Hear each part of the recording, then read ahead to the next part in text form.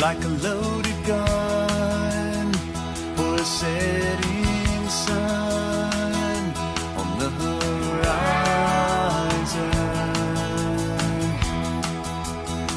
Be not afraid of the path you've laid in anticipation. I believe that love will lead us through. At least I know the truth. All right. I can see that I'm acting like a fool. Somebody's got a new record out, Yes, sir. and it is fantastic. I don't know if you saw my post on Facebook last night. I didn't, but what'd you say? You can tell it to my face. Tell it to your face. I am completely. First off, the whole record's great. So I listened to it once you. because that's what you do before you interview someone. Yeah. And then I'll listen to it again because that's what you do when you like the record. And then I hit this threesome here.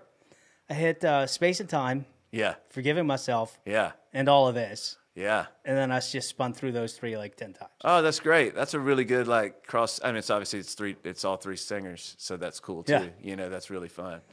3 different styles too. I like that a lot. So we got Will Haraway with us today of the Sundogs. Yes, sir. Let me tell you how I found out about the Sundogs. My stepdad had leukemia and had a bone marrow transplant. Okay. And he sat at home listening to music. Like that's how he got by. And he called me up one day and he said, I got 2 bands for you. Zach Brown Band and the Sundogs. Oh, no way. He's like, you got to listen to the Sundogs and the Zach Brown Band. And so I hit YouTube and started following the Sundogs. And then first time I got to see you guys was like actually live.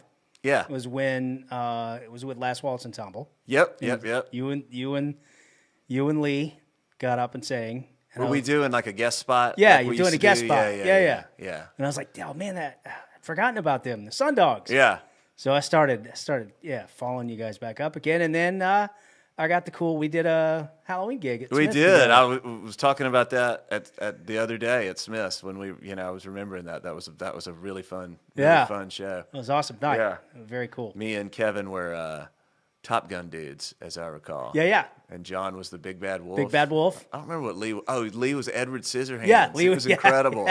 And he played guitar. He looked great, yeah. As Edward Scissorhands. Incredible. I got some good video of that too. God, I was proud of us. That was Yeah. good costumes. We did not fake it. We went all Yeah, out. you went all in. Yeah. It was all in. I went as a member of Yacht Rock. Yeah, right on. You did. That's right. Yeah, that's good. Hey, look. Yeah. I figured if they're making money, maybe Yeah, they can do it. Maybe I got to steal a little of that. Yeah, we you did. go. So here's the coolest thing is I got the Breeze Kings, the #1 blues band in Atlanta at the time. Yeah. Voted on in Creative Loafing to back me up, and I forced them to play Pina Colada. That's funny, man. So I got them in on that. That's funny. That's great. It was a fun show. I know that. You remember we got Richard Peterson to come out and do the "Don't Fear the Reaper," and he was Will Ferrell. He was Will Ferrell. And if I do remember that tambourine wore him out. Oh my God! I mean, he's an actor, so he really went for it, which I just loved. I'll never forget that. I totally forgot about that. That's We right. had another time where we got him to come out and we did the Down, I forget which guy, but is from Eastbound and Down, and we had him come out as Kenny Powers. Oh yeah. So he was La Flama Blanca. Very good. Yeah. Good times, man. I love this Atlanta music scene. Yeah, man. All right, well, let's get right into it. This record. Yeah, dude. Absolutely. There are times where you're nice and you say, "Man, I like the record. It was great." And then there are times where you're like, "This record is really good." So KT, did some production. He was co-producer, right? Kevin and I. Yes, Kevin and I were kind of the drivers on this one, and he and Jeff Mills produced it together, and Jeff did all the engineering on it, and Jeff plays drums on it too, and obviously KT plays But freaking love Jeff Mills. like every musician, so the name of the record's Embroidered Rose. We didn't figure that out at first, of course, but like every musician, we were sitting at home, bored off our ass in 2020. Yeah. And I had a bunch of songs that I thought had a chance and were doing something. And I was like, well, Kevin, let's just work on these songs. I mean, just let's do something productive. Let's work on these tunes. So he would come over because I have all his stuff from his old house is in my house now. Yeah. You know, I've got his piano, and he's really filled me out with a great music room thanks to all his stuff, to be honest with you. But he's got a Pro Tools rig, and we have it. And so he would come over and work on. And I think we started on probably that song. Love Will Lead Us Through, because I had written it in it was one of those weird ones. Like I'd written it in like a damn day or something. It just came like out of the blue and just wrote itself. And I was like, dude, this never happens. Let's do something with this. And so he, we worked on that for a minute, and then we would listen to it and be like, this is just not gonna work. What else can we do? And Jeff had been telling us, like, come check out my place, come check out my place, come check out my place. And people say that all the time, right? Yeah. Like, hey, come check out my place. Yep. And usually it's like some rig like I had, just whatever, like a Pro Tools rig, and it's just, and they halfway know how to use it and whatever. But no. Jeff has a legitimate studio. It's called 360 Sessions. It's up in Johns Creek. He's got, $15,000 condenser mics. He's got incredible gear, and he knows how to use it. He knows how to engineer. Yeah. He knows how to do it quickly. And so like we went in there just to see what we could do with this song, and immediately just got right on the stick and loved everything we were hearing back. Like by the time we left, we were hearing some roughs, and we're like, oh my God, this is going to work. And then it just sort of flowered from there. And Kevin, he was just like a maniac about it, just as far as I can't even imagine how many texts Kevin Thomas and I have back and forth between each other over the last year at all hours of the day about this shit. I mean, it's ridiculous. Yeah. About like drum sound, like really nerdy music, maniacal stuff. Yeah. You know what I mean? So it's funny how the studio will make you mad. It does. It's just like you'll dream about like these weird things, But what was very cool about working with Jeff and with Kevin is that whenever we were together, we would always work really well together and come up with these cool ideas. And whoever had the idea, the other two never shot it down, which I think is important. Like, you know what I mean? Like you would follow that idea to its completion, or until the person that came up with the idea said, you know what, maybe not. Yeah. But not like, just let the creativity be what it needs to be, and don't shut anybody's idea down. And I think that's a big part of what you hear. It's adventurous. We were trying to be adventurous, and I think I don't know. We love the way it turned out, and I appreciate you listening for sure. Yeah, and I appreciate your comments about it. So thank you. Fantastic. So let's go. Let's tear through these songs a little bit. Yeah, man, absolutely. As a fan, I don't often get the chance to get the story behind sure, every one of these. So Love Will Lead Us Through. That's a lead track. Yeah, man. So like I said, that's one. I wrote that at my mother-in-law's house up in Cashers, North Carolina. Just sitting on the couch, and what's funny is I'll admit it. Well, you have daughters, and I have daughters, and I had driven them up there that day, and that day, the Taylor Swift record had come out, the Evermore record. Yeah. And it's perfect because it's with the guys from the National, Bryson, Aaron Dance, and the dude from Bon Iver, and I'm like talking to my daughter, who's a major fan, obviously of Taylor, and I'm like, well, I like these guys that she's working with, and she's like, tell me about them, blah blah blah. I'm telling her about them. And anyway, one of those tunes in there, Mirror Ball, is just an incredible song, and I just loved just sort of the ethereal nature of that. And so that's sort of where I started. I was like, I'd like to write a song sort of like that. Not that song, but sort of like that. And with that just kept, sometimes it's just the germination of an idea, but literally just sitting on the couch, and I had it. I just had it. I had to go in the bathroom, just so I could play louder and not bother everyone else. I went into the bathroom and just finished the song, and I was like, I can't believe that just happened. You know what I mean? You hear about those things, but yeah, I love it when that happens. I know, it's just killer. I made a promise that I had to finish it. You know, it's like, this is a gift. You got to finish it. So let's get lyrics down. And you know, it's in the middle of the pandemic, and also, you know, and so there's some of that in there. You know, I generally look at things from an optimistic view. You know, so the love will lead us through as part of that. But it's also, you know, me and my wife have been married for 15 years. That's a long time to be married, and you know, we weren't having the greatest time at that moment. You know what I mean? As all 15 marriages will have. We're having a wonderful time right now, I'll tell you that much. Yeah. You know what I mean? It's like, but like, it was a way to say to her, like, this kind of sucks. You know, I'm kind of being a dick. I realize that I'm kind of being a dick, but I still love you, and you love me, and it's going to work out just fine. And you we're in a pandemic. You know, there's no books written on how to get through a pandemic. Exactly. Right? But just, you know, and I've learned to kind of lean into the emotions in the music. Yeah. You know, and that's, don't be afraid of them just because you're a dude and the whole bit. Like, get in there and work with them. Well, know? Having daughters will take care of that. That's for sure, man. You know, I mean, that is for they hit a spot, and you're like, well, there it is. Yeah. It's there. Yeah. Also, I've had those moments where I cop a great song. Yeah. And then decide to work on it later, and then I go later and it's gone. Yeah, that's the thing. That was what I was afraid of. Yeah. You know, I was just like, this doesn't happen. So, you know, it doesn't happen, at least to you. So go ahead and finish it. And that was sort of the thing. I came home and I was like, Kevin, I got something I think is pretty good. Come on over tonight and let's start working on it. And he's like, yep, that's great. And what's funny, though, as it turned out, as we sort of dug into it, we realized that there were some pieces in there that, like, there's some pieces of some other, like some Sundogs movements that we've done before. Yeah. Which is okay. And we can steal from yourself, right? Oh, yeah. I mean, I wrote a lot of that stuff, or Lee did. It kept it in the family. You know, it's like, oh, that bridge, I think we've done that before. It's like, yeah, it's all right. That's fine. You know, it's an homage. Hey, there's a great video online of Metallica.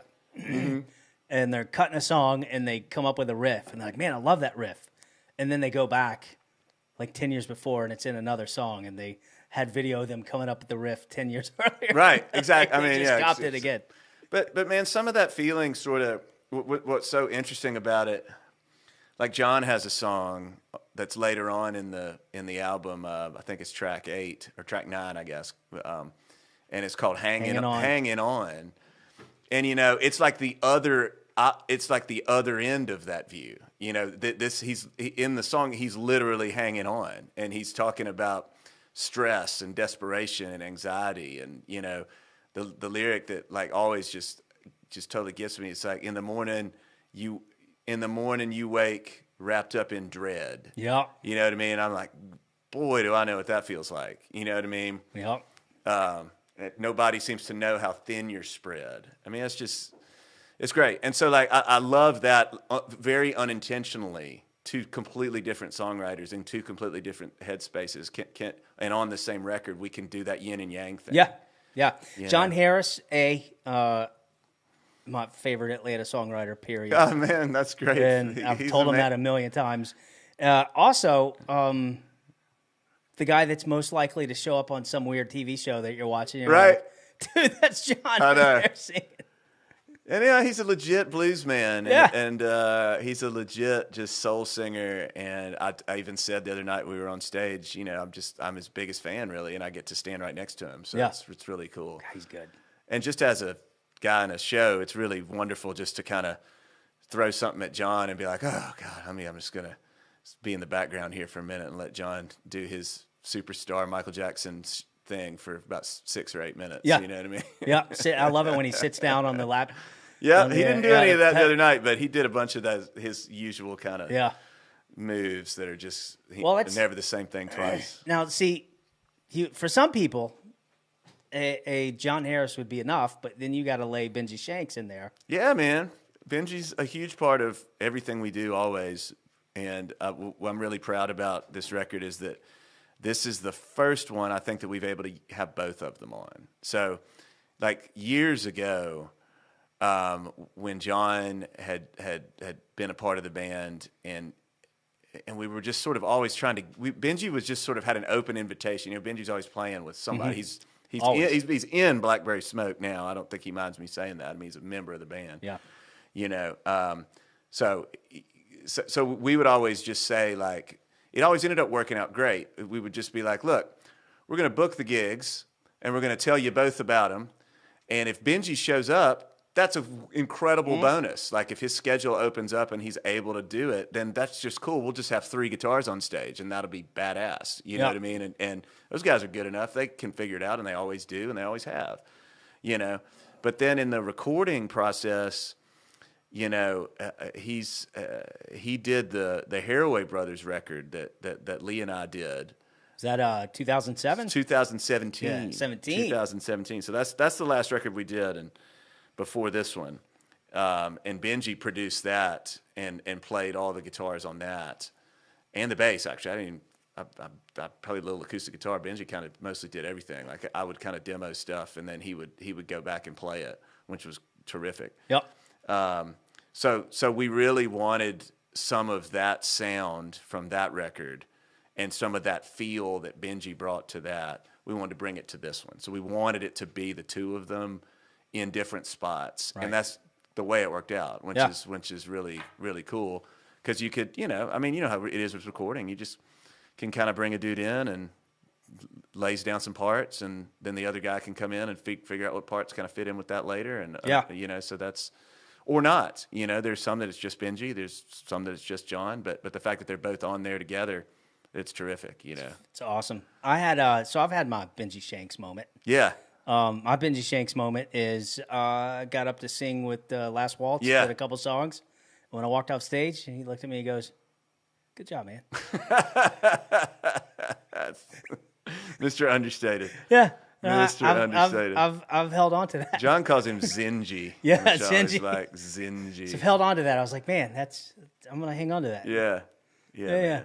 So when he posts in his bio all the people he's played with, it's like it's a who's who. Christian Bush, he does all that stuff with Christian. Man. Yeah, with Christian, they're doing the Darkwater stuff, which he's a part of. He's a songwriter in, which is great. And Lee and I are actually, well, I mean, let's just knock on wood and hope that all these shows end up happening. I think they probably will. We'll do vaccination cards and all that stuff. Right? I hope. But the Opelika Songwriters Fest, Darkwater's on it, and we're on it too. And Lee and I will end up backing up Darkwater, I think, because they just do like Christian and Brandon and Benji. Yeah. And then Lee will play the steel and I'll play the bass, and I guess we'll figure out a drummer or something like that. So let's see. Do all the harmony parts. You got Christian and Brandon Bush. You got Brandon Supergroup and Sugarland. Yeah. Then you got Christian, his brother, who's like, well, I have two, Train and well, that's Brandon. Sugarland. Yeah, Christian's the supergroup. Yeah. And so, Brandon's Train and Brandon was Train and Sugarland. Yeah. Splitting time, right? Until he went Sugarland full time. And then Christian was Sugarland. So that's as a parent of those two. I know, man. Those guys are sweethearts too. And they're awesome. They're good fellas, man. Yeah. I was the Grammys, I don't know, 2006 maybe. Yeah. A big party in Atlanta. Yeah. I got to sit down and chat with them for a while. Oh, that's fun. Yeah. He's a great dude. Great father, great you know, he's a playwright, you know, he's got a play going on right now. It's he's just a really smart person, you know, really talented person. Pleased to be in his orbit. So let's get to here's the song I listen to all these twice. I don't know if she's home. Yeah, man. Dude, I love that song. Thanks. Appreciate that. Was she home? She wasn't. That was the thing. Where was she? Where was she? You know, that's a little bit of a, you know, so, you know, knowing that the record does have its stressful points, you know, and emotional points, like forgiving myself, which Jon does, and hanging on, right, and the love will lead us through. Like, I get it, you know what I mean? Like we are trying to say something serious with those tunes, no question about it. But we also want to. We're fun people. We got fun stories. Yeah. You know what I mean? So that's a little bit more fun. You know, just more of the. We've all kind of been there. Like, this girl's driving me nuts, but I fucking love it. Yeah. You know, that's the driving me wild. Yeah. Like, punchline. It's like, she's driving me crazy, but yeah, it's awesome. It's awesome. There's some payoff there, and it's worth it. Yeah. But thank you for that. It's a little bit of a. a little bit of a country loper thing, and I just love Lee's pedal steel in that. And again, you know, a big part of the sound, and we thought a lot about the sound of the record is Lee's pedal steel in a modern way, the way that he plays it, you know, because he can do all of the, you know, Nashville country swoops. He can do all the George Jones. He can do all that. Great. You know what I mean? That's wonderful. But that's really not the way he plays it. He plays it in a way that I don't know that many people do.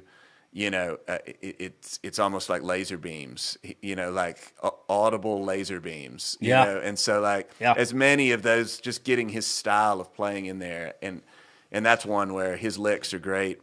And Benji knows just how to support him, you know, support those licks. And they just sort of, it's almost like in that song, it's a conversation as between the two of their instruments as it is me delivering the song. Right. And that's why it works for me. And so let's pull on that thread a little bit. Yeah, what is it like playing with your brother? Oh man, it's amazing, you know, and it shows its face all the time, especially in those moments when we are working together in the studio and we're trying to get a harmony part down. You know, it's never really like. Now, when he's doing the pedal steel stuff, I'm really just a fan. I just like what he's doing, and I just want to hear more of it. You know what I mean? So, like, I always try to make sure I'm there for those sessions when he's doing those days, just because it's so damn fun. You know, just to watch him lay it down, and he just sort of flows out of him, and it's just really cool. He usually does one or two passes, and that's really it. And we're like, sounds awesome. You know, but when we're doing the harmony stuff, and I mean, that's stuff we've been doing since we were children, you know, and it's really just singing back and forth. Like there's a line in Song of Resurrection where, you know, where I just asked him to, and I'm just in the other room and he's singing it and he's trying things and I'm like, try it like this. And I'm, you know, just kind of singing it over to him and then he does it and it's just sort of the back and forth. And I think on Space and Time, when we were working on those, we worked really hard on those harmonies, you know, to make sure that they were on point and really flowing and sort of dancing together. Yeah. And that's just really fun to get to do that. Because like I said, we've been doing it our whole lives. It just comes really naturally. Yep. But it's obviously it's great. It's how we bond, you know, and always has been. It's how we communicate in a lot of ways. And, you know, even the other night when we were playing and we had Jon do the Cocker version of Help With My Friends. Yeah. And the way it worked out was that, you know, we had April, who sings on the record. She came and did the, you know, the call and response part and the, you know, do you need anybody, all that stuff. And so Lee and I are sharing a mic doing that other harmony part. And even that's just like really damn fun. Yeah. You know what I mean? Just doing the brotherly harmony in the one mic. It's terrific. Do you guys ever write together at all? So not as much, you know. When we started out, we wrote together all the time, but we were also roommates. You know what I mean? Yeah. Like that was part of it too. So like several of the early songs that we did would be him writing a chord progression or just writing a cool song and then not knowing what, and then I would just write the lyrics for it. Yeah. You know what I mean? And that's how we did that for a lot of songs. Like Modern Day Miracle is like that. Desperation and Borrowed Time is like that. You know, and then now it's more we'll write our own songs, and then when we sit down and either practice them and learn them together, or when we're in the studio and we are recording them, then one or the other of us will have a good idea for it. Right. And it'll be something like, and it's usually, and it's like, so I have this song, Mississippi Kite, that was on the Haraway Brothers record, and it's about our uncle who passed away from Parkinson's in 2016. And it's actually a poem that his brother, our other uncle, Marty, wrote. And we took it like, and was like, all right, I'm going to set this to music. And I'd set it into this kind of dirgy thing, you know, because we had just come from the funeral. It was a bummer. He's our uncle, you know, the first of 5 brothers to pass away. It's just, you know, and I'd sort of rid of this thing. I was like, I think this is kind of cool. And I played it for him. And he's like, it's too sad.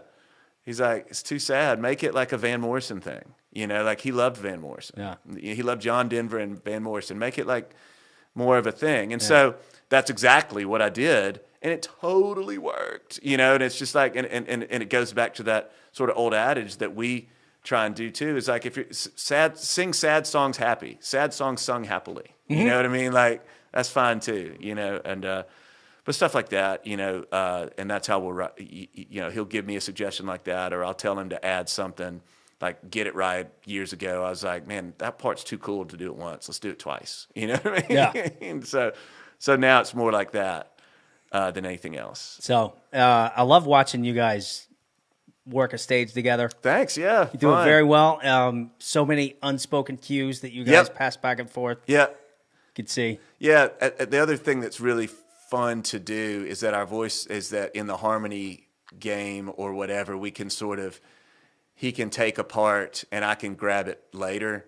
We can flip in the same song sometimes, or like so that's really cool because our voices are in some ways, at least in the harmony game, they're interchangeable. Yep. So we can just pick different parts and then switch, and it's like, okay, well, I'll take that part this time and you take that part this time, and that's just serving the song really, but also just it's fun. Yeah, you know what I mean? It's also just fun to do. So I get to play with my daughter Summer. Yeah, and I've seen her that sing gig with us. Yeah, uh-huh. And my dad sometimes he'll join me on drums. Yep. And do you ever take a minute and just with your brother on stage and just soak it up and be like, man? You know, I'm sure that I have. I definitely have, especially if the song calls for it. And our oldest brother was there the other night, and so we actually did Mississippi Kite and dedicated it to him and my cousin who was also there. And I did sort of think about it then, but generally, I mean, you know how it is, man. You're just sort of thinking about doing what the job at hand, you know. So I don't really step back as much as you would think and think about it. You know what I mean? Maybe after, sure, you know, but generally, while you're doing it, you're just trying to be good. You know? Trying to be good and remember what comes next. Yeah, exactly. Yeah. You ever be thinking about the next song while you're in the middle of one song and you're always. I'm always crazy. doing that. Man, don't forget that bridge when you're in the next tune. That's coming up next. Yep. You know? It's It's weird how fast the mind will work. It is. In those situations. I mean, it's like your entire sensory, it's like sensory overload. You're thinking about 1,000 different things at once while singing. Yep. You know, it's crazy. All right, so we got KT talking about Kevin Thomas. Yeah. The coolest looking B3 player. Yeah, man. Yeah. The Sundog. Yeah. That's so we got a kind of a 3-part. So I'll explain that. So this is a vinyl album, and I'll tell people that it is on back order. You're gonna have to be patient, but it is on vinyl, and you can go pre-order it. Glenn actually pre-ordered it, which we very much appreciate. But we're all fans of vinyl, you know, like any music nerd these days, I guess. But it's a lovely listening experience, and so we kind of wanted it to be like that. So that little thing that Kevin wrote there is to bridge. I don't know if she's home in space and time.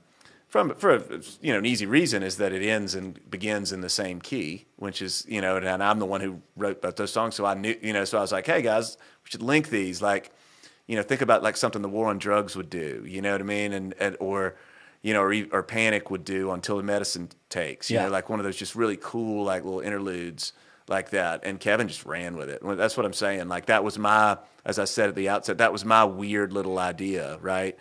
And he was like, yep, I think I know. And I played them some of the things I was talking about. And I was like, and think about it on vinyl. Like when you listen to the Abbey Road, you know, that whole last side is just one damn song, right? Yeah. There's no seams in it. And I was like, just this, if we do it right, it's 15 minutes of continuous music, or maybe not 15, but 12, or, you know, something like that, 11 minutes of music, something like that, just all in a row. And so that was Kevin's little thing. And we also had a thing about this not wanting to be the traditional Americana sound. You know what I'm saying? Like just not sticking in the folky deal. Yep. Nothing wrong with that. I like it. I love it. It's all my favorite stuff too, but we just didn't want to play in that sandbox. You know, so you know, that was the attempt to get a little weird, you know, to throw some synthesizer in there, you know, to do some different things with Lee's steel and the production in some of these openings with the drums, you know, just have it be dramatic and just sort of a little weird at spots and just a little, you know, have something come out when you're wearing your headphones and you're listening to your vinyl record at home that maybe you've heard it, you know, you've already heard the record 10 times, but that 11th time you're like, I did not know that was there. Yeah. You know, and that's the fun stuff, in my opinion. You know what's cool about vinyl is I remember in the old days when I collected vinyl, and you buy a record and you're like, it doesn't hit you. Right. You don't get it, right? Right. But I've spent money on it. Yeah. And I'm going to listen to it. Yeah. And the third time I get through that record, it's my favorite record. Right. And I've given it a chance, and now that's like exactly what you said. You hear this part, and you hear that part, and you start getting it. Yeah. And then all of a sudden, like, you can't say, do you know Randall Bramlett? Of course, yeah. Mm-hmm. So I grew up on the road with Randall Bramlett. No so way. my dad was his drummer for How about that? years Did and not know years and that. years. Yeah. Did not know that.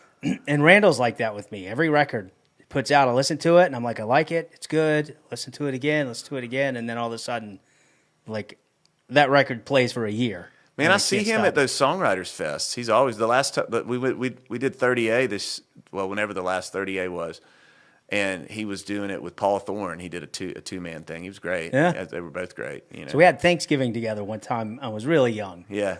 And Randall was at the table. I was about to go. I had my Walkman on, listening to a bunch of his new studio stuff, and it was just weird to me.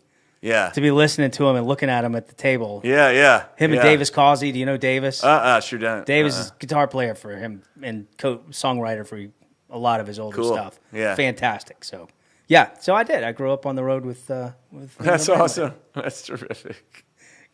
Really great guy. Yeah. Well, every record, Yeah. I mean, we all know this. Yes. Every record needs a supermodel. Yeah. You can't get by without it. So Space and Time, you and Bradley Cole Smith wrote it. Yeah. Bradley, yes, the greatest hair in rock and roll. Greatest hair in rock and roll, That's right. exactly. So, you know, Bradley's been, and again, this is just sort of the way we've learned over the years. I had written that song. That was the last song written for the record, and I wanted it to be kind of what it ended up being, which is great. You know what I mean? It ended up working. It just a little guitar picking thing that we could do dramatically, you know, with big harmonies and lots of them and echo and, you know, just have it build all the way from the beginning to the end. Just a nice, big dramatic build. And I had played it and it was fine. And, you know, and then we were like, you know what we should do is let's have Bradley do the picking part. And I had already demoed it, and it was, you know, and it was fine. You know, I'm a fine picker, but, you know, nothing wrong with me. I'm just not Bradley. Yeah. You know what I mean? And Bradley's a terrific picker and has great tone and touch and the whole bit.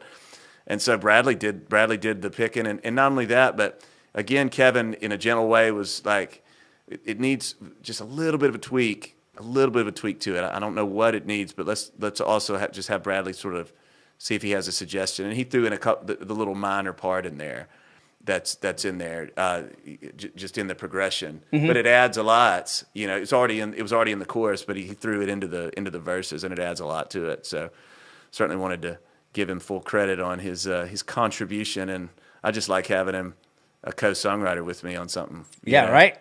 I just think that's great. You know, it also, I mean, sometimes people can bring something in that you haven't thought of. Right. You know? That's exactly. And he played so well on that he ended up, we did the same thing for all of this.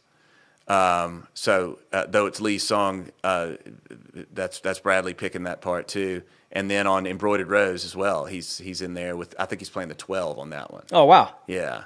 All right. Yeah. He's got something like 28 guitars in his house, and they're all just great things, and he could play them all. And so that was, and again, just having another member of our orbit of the family of people that we work with and play with all the time was that makes us that much more special. We're always going to have that. And again, another just amazing songwriter in his own right. He is, and that's what's cool. You know what you can do with Spotify too is when you add those featured artists is that it just clicks right to him. If you were so inclined, you're like, okay, who's this guy? And then you can just click it, boom. Yeah. You're right over there in his discography and all those great songs. Yeah. So many good songs. I hate standing by him, though.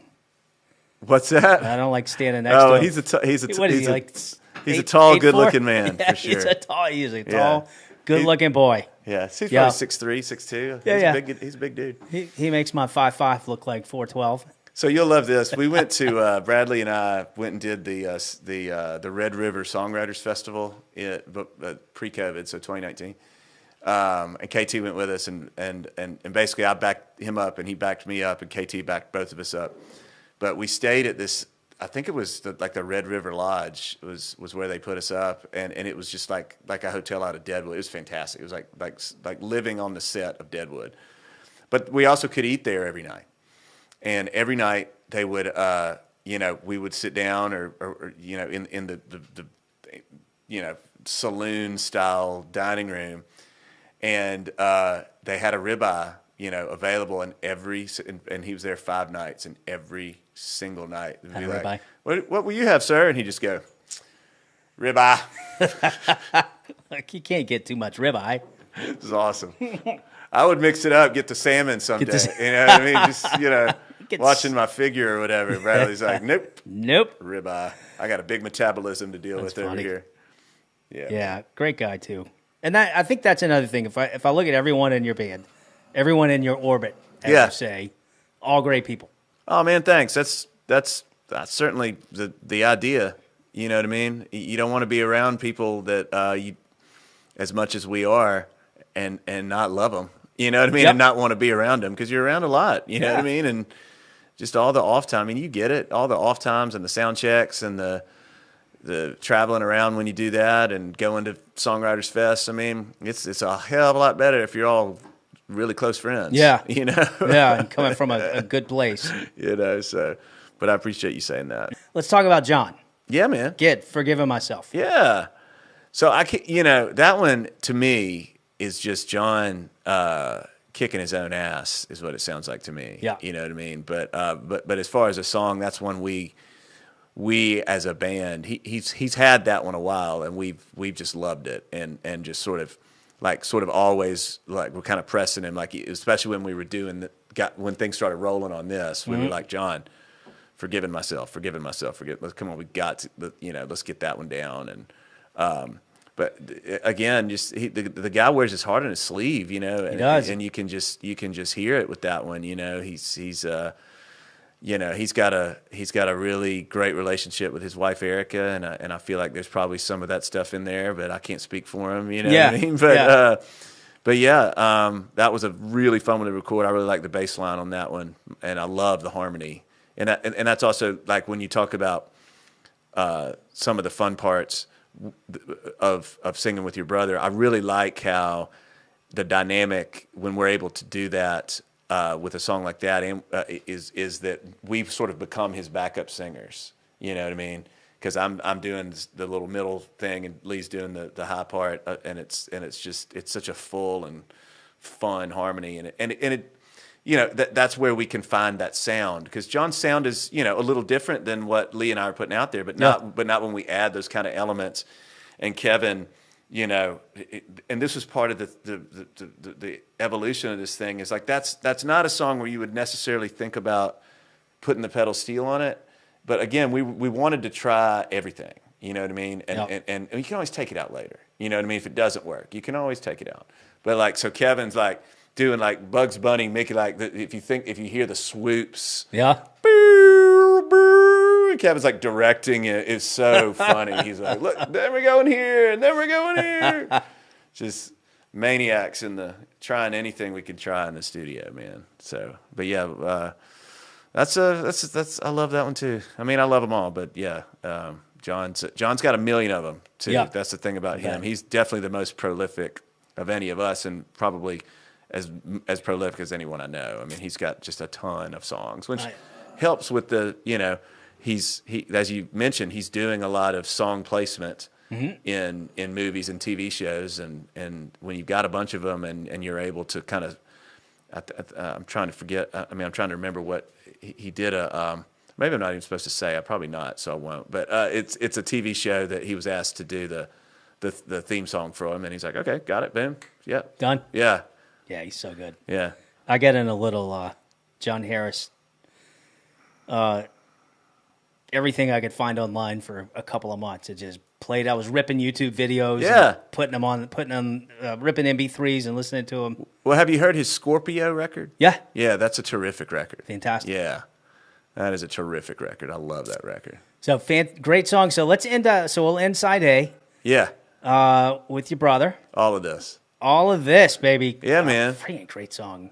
Yeah. All of them are really good. So Lee is, what's funny is he doesn't write as many as Lee, as John and I do, which is fun because of it's probably just his personality. But when he does write them, they're great.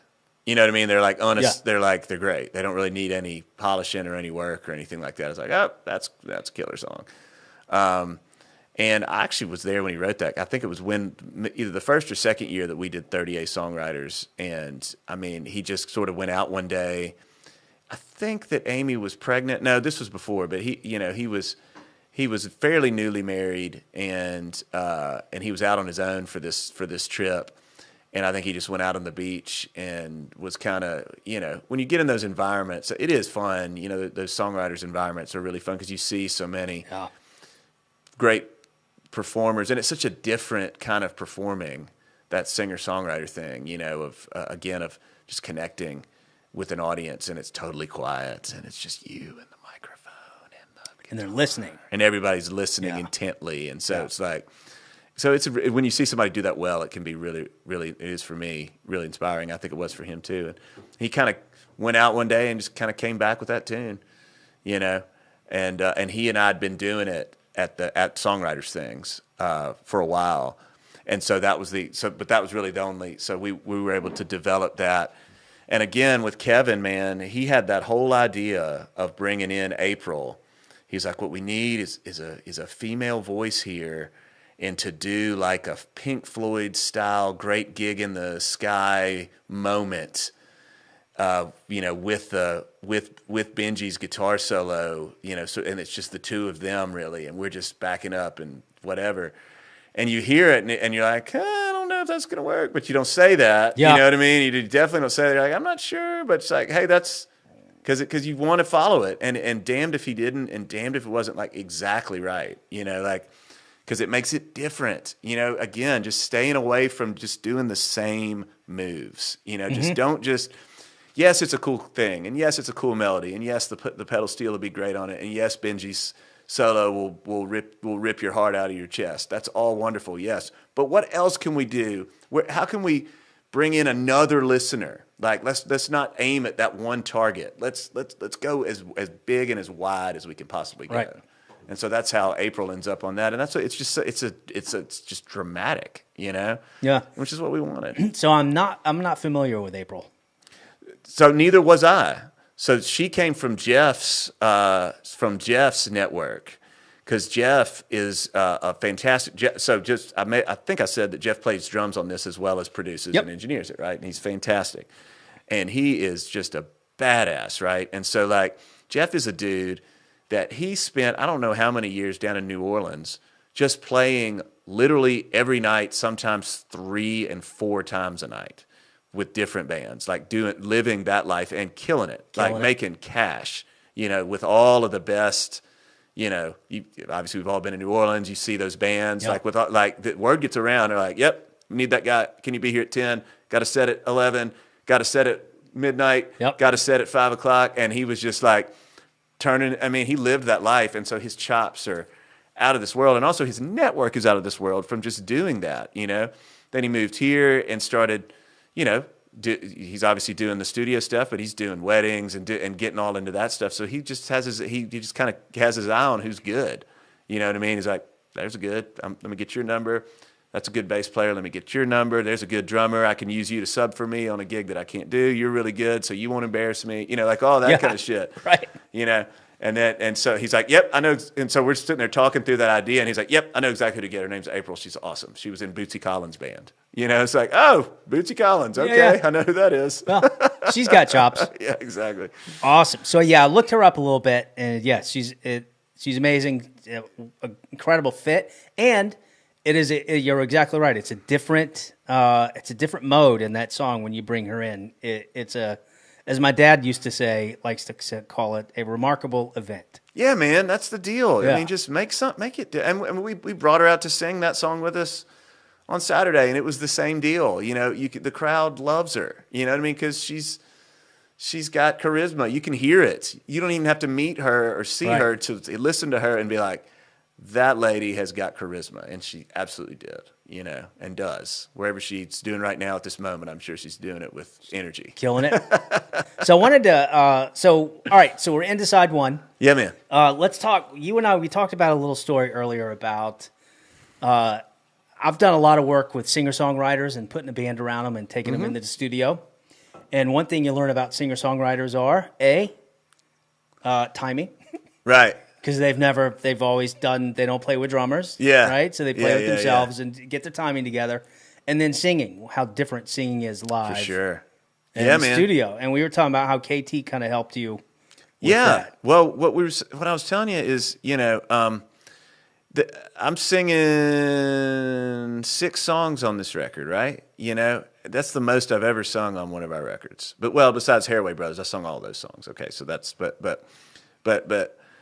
back in the day, I did not like the way my voice sounded on the studio. And really, even now, when I go back, because we're actually going to do a compilation and call it Greatest B-Sides, because we obviously don't have any hits. We're going to call it Greatest B-Sides. I love it.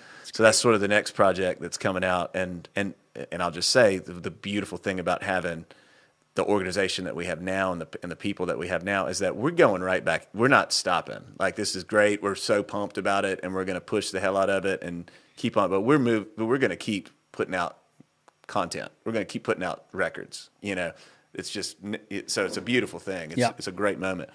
But I used to write songs and would just hand them over to Lee. You know, just like, can you sing this? And I'll just sing the harmony on it, because I just didn't like the way I sung, because I was singing the way I would sing in front of a crowd, which is basically shouting. You know, but we did a song that actually kind of started that whole Haraway Brothers thing. Was I was at a wedding and met Tate Taylor, who's a director out of Mississippi, and you've seen his movies. He did the James Brown movie, Get On Up. He did The Help, which was kind of his first big hit. He did Ma, which you might have seen. That's a cool movie, filmed down in where was that?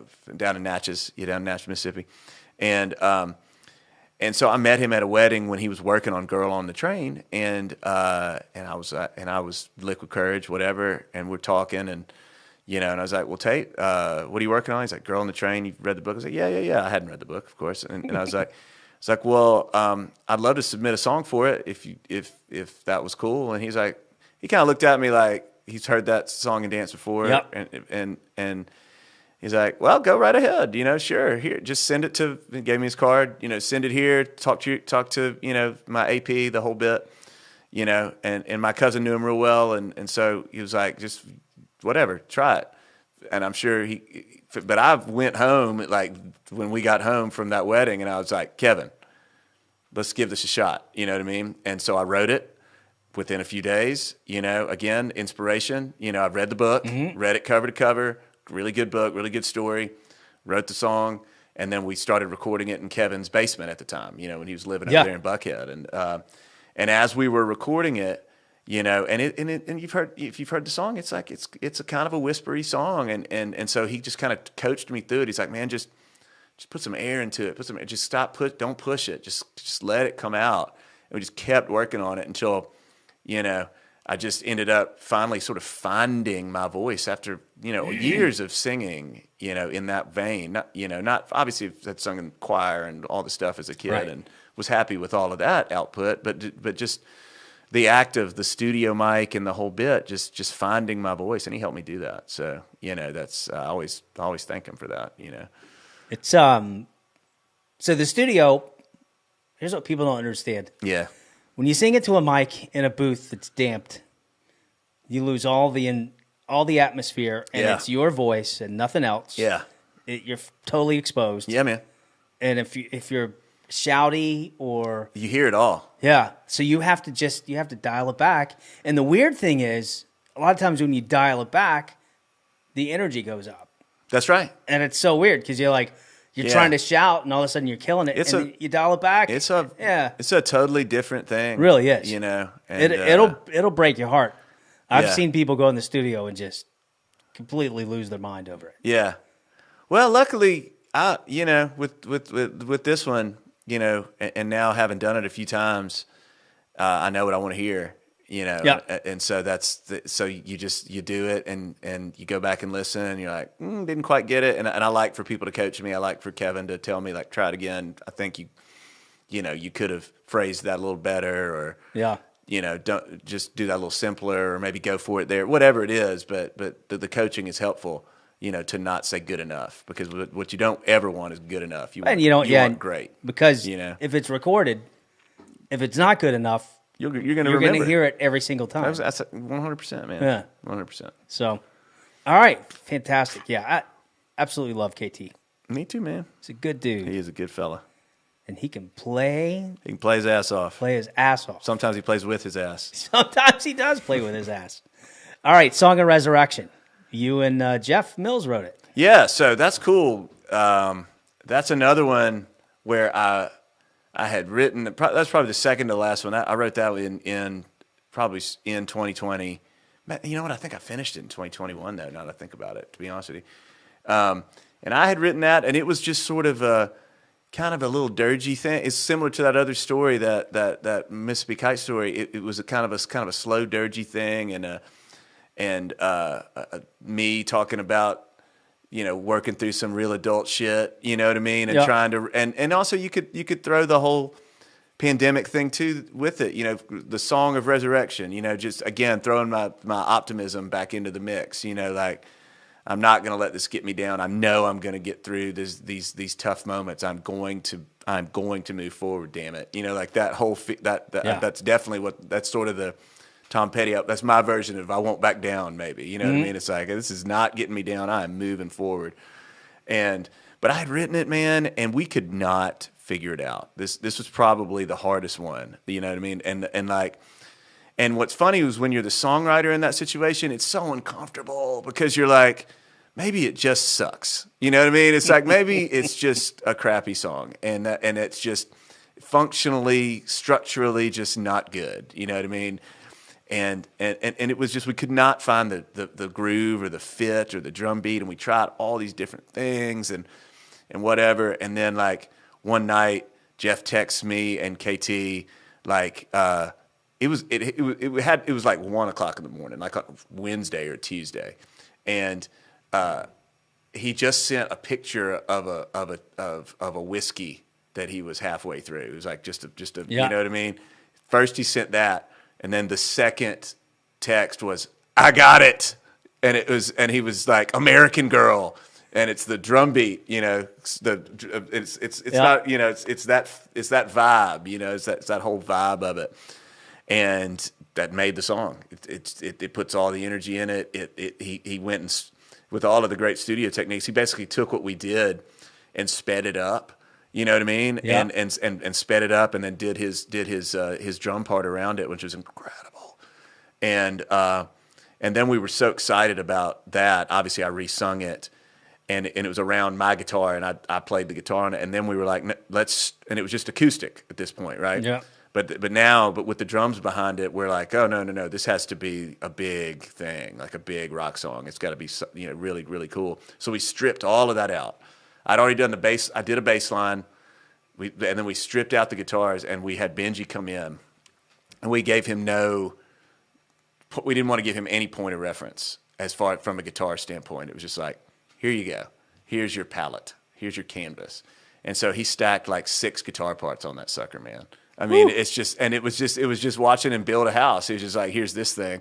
Then he'd lay on top of that, then he'd lay on top of that, then he'd lay on top of that. And then he went in and did the just absolute rip solo. Yeah, and it is a freaking amazing solo. Yeah, man, I would have loved to watch that. That was fun. Just to there watch was a couple go. of those moments with him that were where I got to, and we recorded some of them that were really fun. And you know, he just takes his craft so seriously, and it's just fun, man. But that ended up like that's one of my favorites about the way, and a lot of it is that it started out. It was a completely different song when we started off, and Jeff helped me make it into something, really just different and cool. And like, and it was fun the other night. That one was one I don't know, I was maybe a little worried about because not only had we never played it live, I was basically relearning it. Yeah. You know what I mean? It's like I'd written it, but it wasn't the song I had written necessarily, and I'm playing guitar on it now, and trying to sing it and get the emotional heart of it and all that kind of stuff all at the same time. But it went over great. People loved it. You know what I mean? And you can tell when people like a new song. Yeah. You know what I mean? You can tell immediately whether it's catching on, and like people caught on to that one, and I was like, hell yeah, baby. Yup. How cool is it to be able to take a song in and watch a bunch of people slice it and dice it and then create it and take it to the next level? That's amazing. You know what I mean? It really is. I mean, it makes you, like I said, you go from a point of really doubting your own ability there for a second, and you're like, maybe it just stinks. Maybe we should just not do it. You know what I mean? Like, and I'm sorry that and you have all these feelings of like, why am I making them slog through this turkey? Maybe it's just a turkey. Right. You know what I mean? And then it's just one little thing and it blossoms, and that's really sometimes all it takes is just one little thing. And that's why it takes a team. It's like, it's not about, yeah, absolutely. I'm sure there are people that write a song whole cloth and it comes out exactly the way it came out in their head. But I'm not one of those people, and I'm good to.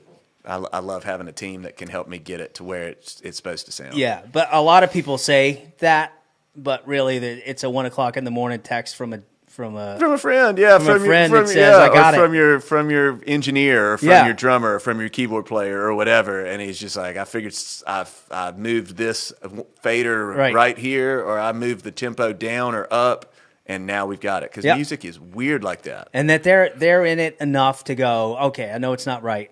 Yeah, like, there's something there. You know when it's not right too. You know it. It just doesn't feel right. Especially a drummer, they always know. Damn drummers. I know. Okay, so title track. The title track, Embroidered Rose. You, KT, and Jeff wrote it? Yeah, man. And that was another one. I had to give those boys credit because, once again, this is a recurring theme, a slow number, right? That I had been doing solo, really.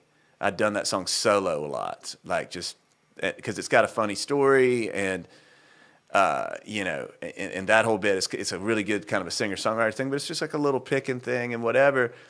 And I'll never forget this either. Like, they did this without me, and then Kevin kind of warned me. He's like, "Hey, we did some shit to Embroidered." He's like, "But we already did it, so just open mind today. Just want you to hear it. Just open mind." He's like before I walked in, he's like, "Open mind." I was like, "Great. Well, I mean." I hear you. That was, this was still pretty early, It's like, that's fine. I mean, I'm not married to anything, It's fine. I'm not really precious about it. I really just want it to sound good, And so I walk in and they play me, and it's like triple the speed, or maybe not triple, but definitely a good, 2 or 3 clicks up, and it's punchy the way it ends up now. It's like this punchy sort of feel, and it's and within like seconds I was like, you guys did it. You changed it. And again, I just had to give them credit for that. I mean, it's just a beautiful, beautiful thing. That song doesn't exist the way it exists. Yep. I don't know how a lot of people feel about songwriting credits, but that's the way I feel about it. You know what I mean? Like, sure, I wrote the lyrics and figured out the chord progression or whatever, but I mean, that song's not a song the way it exists right now, if not for the contributions of those two fellas. I have the exact same theory. Some people say a word will get you a third. Hey, it's true though. It's whatever that is. Yeah. If you just think about it, if that's the thing that got you over the hump, man, you just gotta. And it's way better to just pass the. We've all heard the stories, the other stories. Yep. Kevin Leahy has a story that I will not mention of who did this to him, but like where he's in there coming up with hooks, real hooky stuff, and never got credit, like on hit songs. Yeah. And never got credit for. Well. Yeah, it is. I've got the same thing. Like when a group gets in there and they get behind a song you've written, and then they bring something to the table. Yeah, man. They just give them some credit. Yeah, dude. Yeah, give them some. And hell, now you got 3 people invested in a song. Well, so I'll tell you there's 2 funny stories in that one, but I'll tell you one of them is like that song was And that's a really good example of just what we're trying to do here is marry the two styles of and bring in like the more singer-songwriter stuff, the country vibe a little bit, you know what I mean, and just the funny side and really let Lee Steele just have some moments, you know, and there's so much in there with actually the Benji Lee Steele guitar thing going back and forth, the conversation. But so you remember Tishomingo, great band, right? Mm-hmm. Great friends of ours. We opened for them a lot and played with them a lot. And then later, when they disbanded, Richard went to seminary school. Did you know that? I did not. He did. So Richard's father and grandfather, all Episcopal priests, maybe even his great-grandfather, kind of his family business, runs the family. So he went to Presbyterian seminary school, which is over there in Decatur. And so he basically moved back to do that, you know what I mean? And he had never lived in Atlanta. They had lived in Athens during that whole time, and he's a Tallahassee guy, but he lived there. And at the time, we were between drummers, and we loved Richard's like, well, just play with us, man. And so we ended up like practicing at the seminary because we didn't have a practice space at the time, and so we practiced at the seminary in like the hall that they had because nobody else was using it. It was great, you know, nobody cared. It was awesome.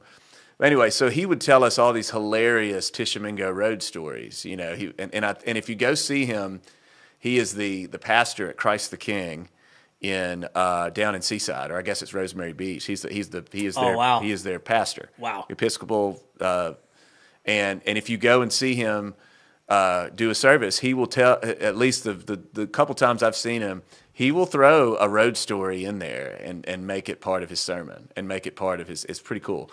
So that's worth the. I'm telling you, man. You know, and so like he told us this story about them being in Valdosta, and they were just bridging a gig. You know, they had a really good following in Charleston, and so they were really just trying to make some, you know, some gas money, a stop between Athens and Charleston, like a Thursday night or whatever. And they were going two nights in Charleston, so they're like, well, we might as well stop in Valdosta, make, you know, $2,000 or whatever, big deal, you know, and.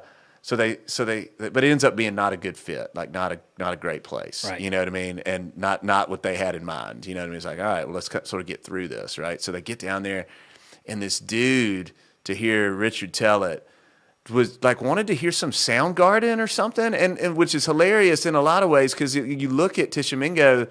You know, at the time, they're just like stone cold country hippies, man. Yeah. You know, like they look like the Junior Allman Brothers. You know, Cameron's hair is down to his ass. Jess's is too. Richard's got a beard like Levon Helm. You know what I mean? Spivey's got his whole, you know, afro thing going. I mean, nothing against Chris Cornell and Soundgarden. They just don't look like a band that would know a Soundgarden song. You know what I mean? Like, just like empirically, like, I don't think so. You know? But the guy just kind of wouldn't let up, and they were ignoring him. And then, you know, he just sort of got bent out of shape. He was drunk, and he was just like, "You suck," you know, just like right there in front of him, you know, just like at the lip of the stage. And so to hear Proc tell it, Proc's playing the drums. He sees Cameron. He's known Cameron his entire life, so he knows him like a brother. And he sees him getting mad, and he's just getting worse and worse and madder, and he sees it. And he's just like, something's about to happen. And so, like, he waits until it's like Jess's turn to kind of take a solo and kind of do some stuff. And he just calmly turns around, puts his guitar, turns it to his Les Paul down, puts it in the guitar case, and then just turns and dove from the stage. And Richard says, all I could see was the soles of his Red Wing boots in my face as he dove at this dude and just pummeled the guy, you know. And it's just a funny story. Yeah. And the guy definitely deserved everything he got. But what it made me think about was, how does he tell that story? When he tells that story, that guy, I would love to know. And so that's kind of I don't think that guy tells the story. He probably doesn't tell the story, but somebody in his orbit probably tells in his orbit tells it. I don't think he tells it. So that's where I got that, like, only a fool tells half the story, you know, which is a Gregg Allman saying, and so it all kind of wraps up together. But it's nice to kind of pay homage to Cameron and Jess and Richard, you know, because we loved those guys, and we loved that band, and we loved their music. So kind of organically to put their story on our song is fun, you know. And if you hear it, you can. And Benji played with them a bunch. You know, he was almost their extra guitarist too when he was available. Yeah. And I mean, he definitely was. And Benji, you know, when we were recording that, you can hear it, like he does a little slide part right when I sing Superman, and it's Superman taking off. You know, it's Cameron taking off from the stage. Just the fun little things you can do when everybody's paying attention and listening. You know what I mean? It's like it's about the story. You know, it's legitimately about making the story come alive for people that are listening to it. Did I tell you that one time Benji said "good job" to me? Yeah, you did. You tell you that? You did. I don't mind you mentioning it again. That's good. He did. Yeah. He said "good job." And then, okay, so where are we at here? So we got hanging. Yeah, I told you about hanging on. Yeah, so full speed ahead. Full speed ahead. Here's what I love the about last full track. speed ahead. Yeah. That's where we are. Yeah. That's where we are. It's intentional, dude. It That's is. why it's there. That's why Exactly. it's the last song. It's where 100% right. You don't come out of got this last year and a half, 2 years. Yeah. And either you're totally broken or you're totally not broken, and we've made it this far, and we can get the rest of the way. 100%, dude. That is why it is the last song. It is, again, just when we were putting together the record, and it does have. I mean, we all lived through it, and this is when we recorded it. Just lean into it, man. I mean, yeah, it's kind of a post-pandemic thing. You know what I mean? Yep. That's fine. This is a historic time we all lived through, and that's what that is. I mean, it's. I mean, that's not what the song's about necessarily, but just the feel of that is, man, let's go. Let's full speed ahead. You know, get vaccinated, people. Let's go to some shows. I mean, there's a run in Atlanta that I'm not sure if people are aware of this. The Stones are playing at the Benz, and then the Truckers are playing 2 nights at Variety in successive 3 days. That's a 3-day deal. I mean, full speed ahead, people. Full Let's speed rock. ahead. Let's go. Full speed ahead. But that's a fun tune, man. I had written that years ago and just waited for and Jon helped me, you know, with it. Jon helped me figure out some of again, I'm a major chord guy, so I need people to remind me that the minor chords are there sometimes, and that's what Jon did. For sure. You know, when I started playing guitar, I could play bar chords on all of the dots. Oh, nice. I wrote a bunch of songs. I had a little band, and we played. And then I remember when I hit my first minor chord, and I get out of the dots. There you go. And Yeah, was like, listen to that. I was like, dude, you're out of the dots. It's the side key. It's the side key. It's the saddest key. It's the saddest key. But yeah, man, so I waited until I got some subject matter. I had written that song probably 5 different times at one point, and it just, nothing ever fit. It's a fun song, you know, and I needed it to be about something fun. So, man, I wrote it about a time when I was in college, and me and a buddy of mine went and picked mushrooms. You know, that's what that's about. And we, like, while we were picking them, it was in Horn Lake, Mississippi, it started raining. And so it was just blooming everywhere. You know what I mean? They were just blooming everywhere. So, like, we picked up so many that we had them on the floorboards, just all over his Ford Explorer. Like, on every flat surface had a mushroom on it. And so we, you know, it was just a hilarious, like, it's like science is happening, you know. And so we go back, we dehydrated them all. And it was like the barter system. We bartered them for, you know, these 2 canoes, and ended up going on this fun as hell canoe trip where we obviously ate some of the mushrooms, you know what I mean?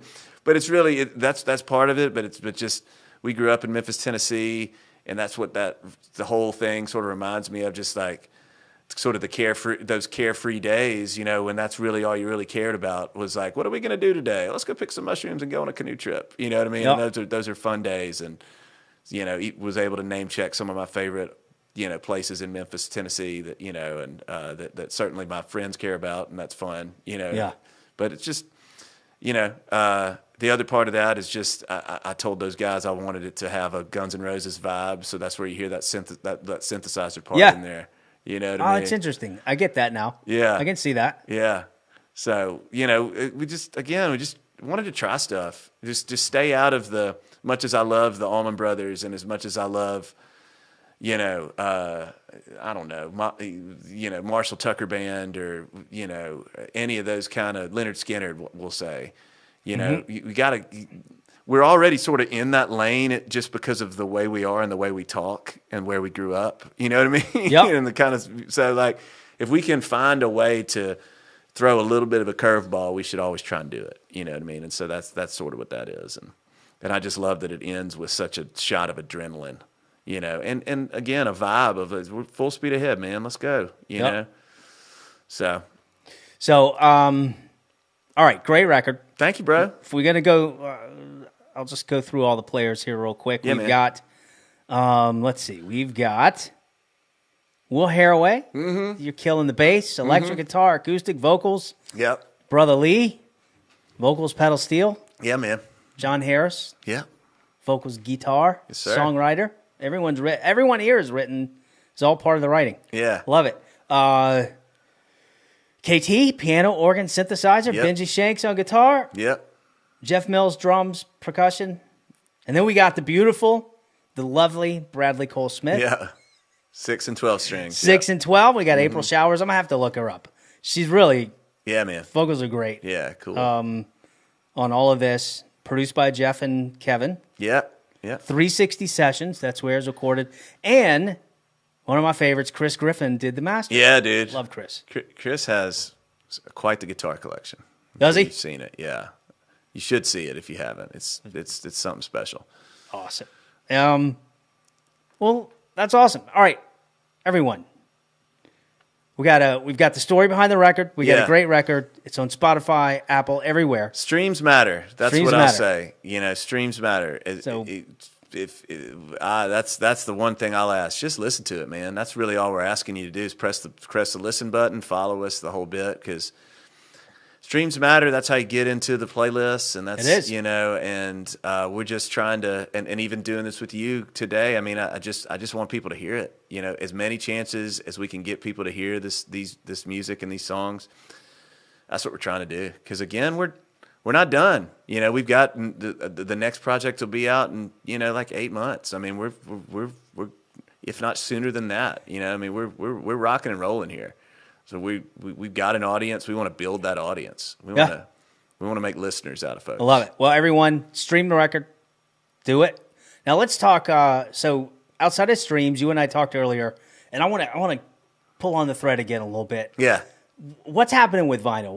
Why has vinyl made the comeback that it's made? I have some ideas. I'll share them with you. But what's happening here? Well, you know, it's a superior listening experience, first of all, in my opinion. You know, and I love to stream too.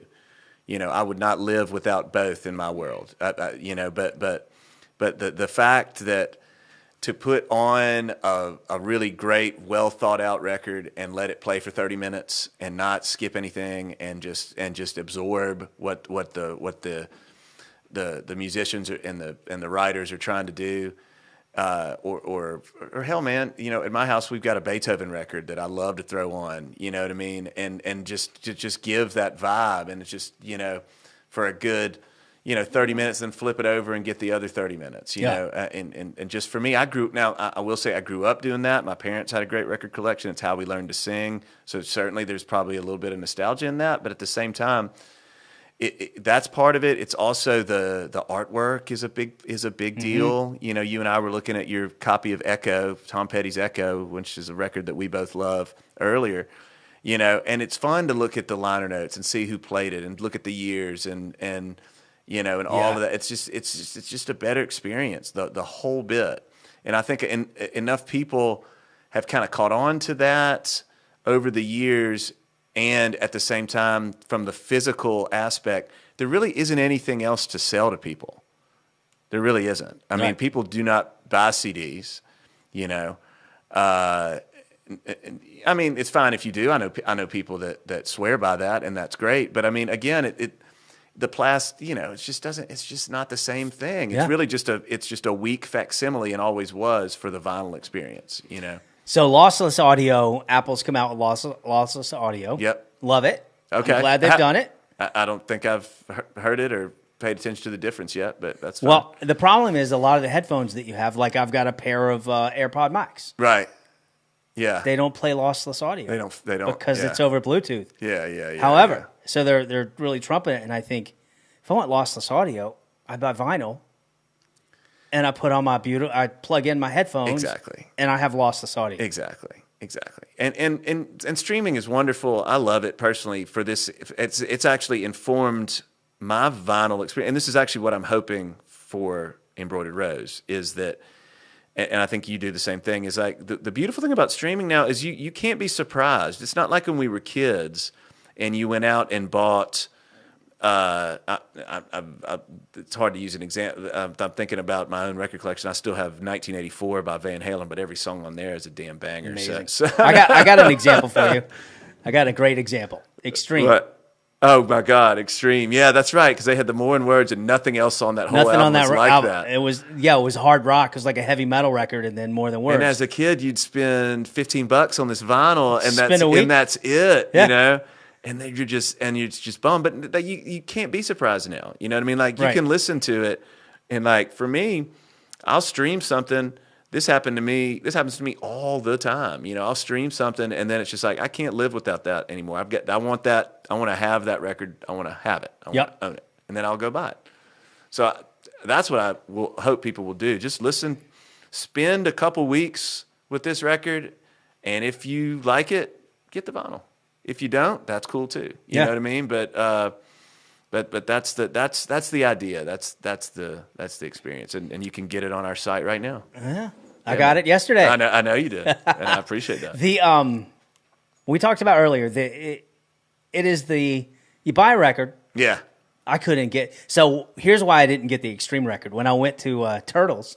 Yeah. Remember Turtles? Of course. When I went to Turtles, they had a sign up that said, "We do not take returns on Extreme."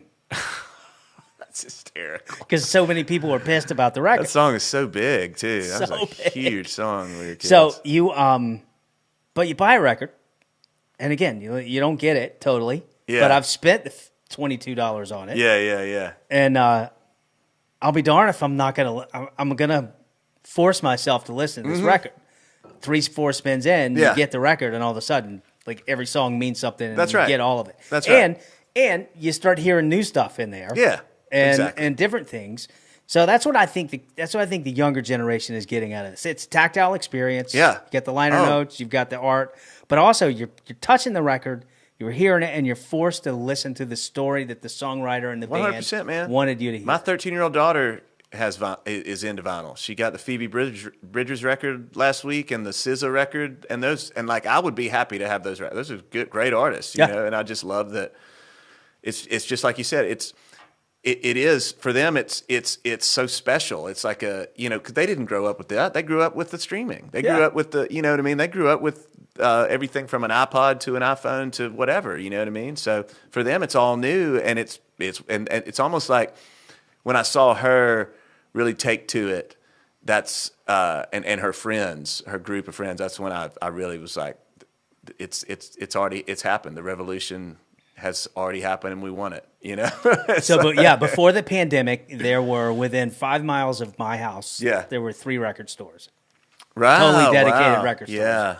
Now, after the pandemic, there's one. That sucks. Yeah, but it's great. Maybe at least one of them will come back, hopefully somewhere. Maybe not in your neighborhood, but somewhere. So, yeah, and that's my Sunday. I get up. It's a great experience. I go eat breakfast, and I head to the vinyl store. And I find a record. Yeah, I spend 30, 45 minutes, buy me a few records. Yeah, it's a great experience. It's awesome. It's awesome. All right, so let's go to episode 3 here. Let's talk about Tom Petty. Yeah, let's talk about the man. Let's talk about the man. Petty. So first off, let's go ahead and pimp your show. You got a show coming up. Last Waltz Ensemble. Yep. And the Tom Petty Show. And the Tom Petty Show at Center Stage. So we're calling it the Heartbreakers Waltz. I like it. And I'll tell you why we're doing it this way. This is all intentional. Is that we knew that we were going to put out a brand new record with 10 new songs on it, and we were going to play those 10 new songs for the people here that like come to see us and all that kind of stuff, and people traveling to see us, and it's awesome, and that's great. And we love that happened, and we appreciated like the experience that we had, you know, going through that, because every time you've done it, you've released records, and it's a little bit stressful. You're like, are they going to like these new songs that they have never heard in their lives? You know what I mean? And they did. You know, they did like them, and it's cool. So in a way, we wanted this to kind of be like a thank you. You know what I mean? And so like you go from an experience where you don't know half the songs, more than half of them, because it's brand new, and to one where you'll know every damn song, So this is you've talked about the fact that we helped Jelly start the Last Waltz Ensemble. We did the first one with him. They used our practice space. We helped him start that way back in the day what was the place that they used to do it? That was off of, golly, I'm gonna zone on that, man. It started in a little that little dumpy bar off of not Cheshire Bridge. It was off of Buford Highway. That little bar right off of Buford Highway there. Yeah, like that was, I believe, the first one. Yeah, and the place was scary. And we, and Benji obviously was a part of that band forever, and we did tons of shows with him. We played the Georgia Theater with him. We played the Poorhouse with him. We would be special guests. I mean, people don't even know, like, some of the people. Charlie Starr from Blackberry Smoke was in that band for a couple of tours. Oliver Wood, that was probably the best version of that. Actually, that was pretty great. Yeah. I'll never forget that. I mean, just being in awe of his ability. But Oliver Wood was in the Last Waltz Ensemble, for God's sakes. All these great bands. And so I think he and KT had the idea, and we did figure out, as music nerds will, that Bob Dylan actually fronted both bands. Bob Dylan fronted, as everyone knows, the band. The band, yeah. But then in the 80s, he took Tom Petty and the Heartbreakers out on a 2-year tour where the Heartbreakers would Tom Petty and the Heartbreakers would do a set, like a 45-minute hour set. And then they would come out as his band, and they were Dylan's band. Yeah. And you can hear that stuff.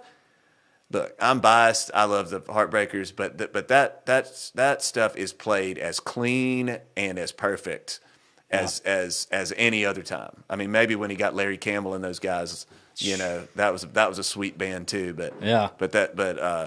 So that's the thing. Like, Dylan fronted both bands, and so we kind of wanted to make that, and that's why it's called the Heartbreakers Waltz. And it's just fun. It's going to be just a great time to get back together with those guys, and a thank you to our friends and fans that, supporting us through putting out a new creative venture, and we just love doing it too, man. We love doing the Petty stuff. So I have to commend you guys. You took a chance when you went to Center Stage. Oh yeah, you built this thing up. It was too big for where you were. Yeah. Because I think I've seen 4 or 5 of these Petty shows over there. And then you went to Center Stage. Well, actually, we went to Terminal in between. You went to Terminal. That's right. Terminal was great. You did great at Terminal. Yeah. But Center Stage is bigger than Terminal. Yeah, it is. But I think Terminal couldn't give us the date that we wanted. Right. And so we went to Brandon, and Brandon could. Yeah. And actually, you killed it. Thank you, sir. And we're stoked to come back to that. And I just love that it's in the middle of town, man. Mm-hmm. We're an Atlanta band. It's cool. I like being like, nothing against any other venue, but it's pretty cool just to be like right in the heart of, West Peachtree. You know what I mean? Yep. It's pretty cool. So So let me tell you how I met Jelly. Yeah. I had my dance shoes on. Mm-hmm. I had some 80s parachute pants kicking. Oh man. I had I think an overly large leather jacket. Oh wow. And I walked into a dance club called Packets. Okay. And then they let teenagers in. Packets, for any of you guys that remember that.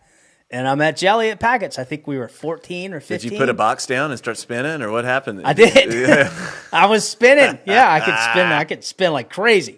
But no, so I met Jelly there. And that's awesome. And then we went to high school together. So I did not know that. I've known Jelly most of my life. Yeah. Well, that's terrific, man. So I went to high school with Jelly. Yeah. David Fish. Okay. Paul Linden. Oh, wow. Greg Hester. Man. Like, we were all, what high school was this? It was North Fulton. Oh, okay. High school. And then is that where the Robinsons went, too? Is that where those guys went? No, they didn't. But, I used to go to Chattahoochee, Yeah, maybe? they went to Chattahoochee somewhere. Yeah. But I used to throw all the parties, and I got the Robinson boys, Mr. Crow's Garden. Yeah.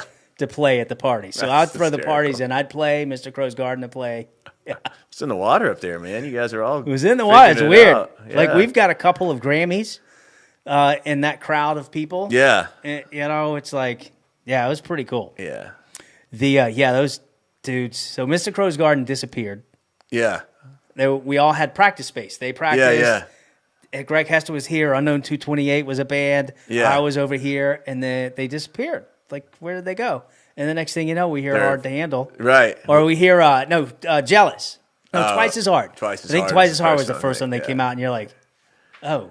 Yeah. Well, damn. There went Mr. Crow's Garden, and then there went, because I used to, did you ever do Chameleon Club? Oh, yeah. Yeah, so I played Chameleon Club all the time, and then you had Hootie and the Blowfish disappear, and then they blew up. Yeah, they sure did. Yeah, all those bands, man. All those bands pulled it off. So, all right, so what's the date on that? So that's August 28th, so 3 weeks from Saturday. Yeah, man, it's going to be a great time. We love doing the Petty. He's still teaching us to this day. I mean, I know I was talking to Jon about this recently, because we've learned so much of his material over the years. Now when we write our own material, it is a fun measuring stick, because a lot of that stuff is so good, and it can get super nerdy with you here. The man writes great bridges. And so, whenever you go to write a bridge, I sort of think about, WWTPD. What would Tom Petty do here? You know what I mean? And his whole thing was make sure it's a great bridge. If not, just don't even fool with it. You know what I mean? But it's got to be cool. It's got to really do something great. And he still teaches us. Even though he's gone, and just the way he would craft songs, and the double meanings of things, or even for a song like Love Will Lead Us Through, that kicks off Embroidered Rose. Yes, it can be about two things. It can be about my own personal story, and it can be about leading us through the shittiness of the quarantine, isolation, of 2020. It can be about that too, if that's what you as the listener wants it to be. Then that's great. You know what I mean? Or if you want Full Speed Ahead to be about that, then let it be about that for you. That's great. That's the kind of thing that Petty did as well or better than anyone. Those kind of real personal songs, but relatable to everyone. It was so. What was it? What was it like? When did you find out that we lost Petty? Oh man, I was just at home, and I started getting the texts. I usually. Ryan Alexander, I don't know if you know him. He's another music nerd like we are, but he'll normally be the one to text me something like that. If somehow he always hears first, and I might have kind of been flipping through Twitter and saw it, but yeah, it was tough, man. Obviously, it's so sad, and we already had, because I think he died in October. Was that right? Something like that. And we already had a Petty show booked. You know what I mean? And so then you got to kind of think through that. And it's oh, shit, Yeah. Is this even the right thing to be doing? You know what I mean? And then we're getting all these calls to, hey, come and do it. And we're definitely not going to do that. You know what I mean? We'll just keep the gig that we've got and make that a big celebration. No, that was a big deal. I went to that show, and that was emotional. People needed that. Yeah, people needed that.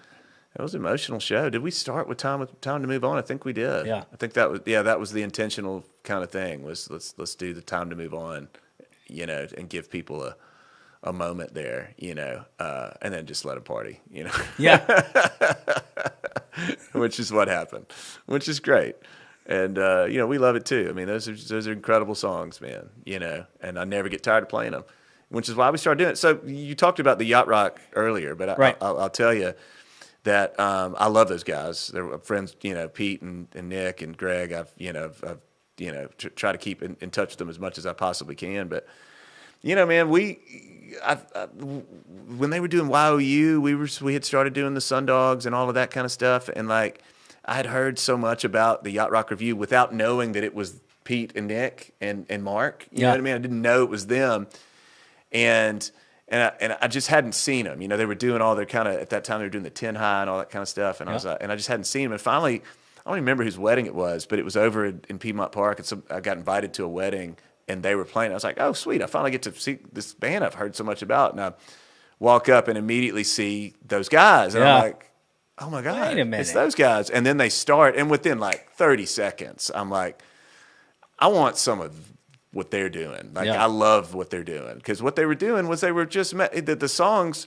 Sure, everybody knows them and they're, whatever, but they just owned them, and just made it into their own stuff, and just it just looked like the funnest thing in the world. And so pretty much from that moment, I was like, we've got to find something like that is going to be that much fun to do, and that people will like that much. And that was what.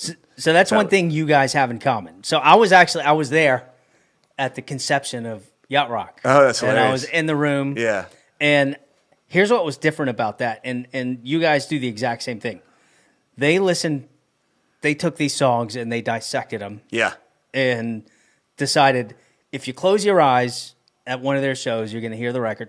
And if you open your eyes, you're going to see the shtick and the fun time. Right. And I remember the first time we did 10 High, Yeah. the place exploded. I got to sing Pina Colada with them. Oh, nice. That's my claim to fame. So I tell people I was once in Yacht Rock. Oh, there you go, man. Yeah, I've gotten to sing with him a couple times. It's always great. Yeah. I was in the choir when we did Purple Rain and The Prince shows. Prince up at Variety. That was fun. Was that where they were doing the trampoline?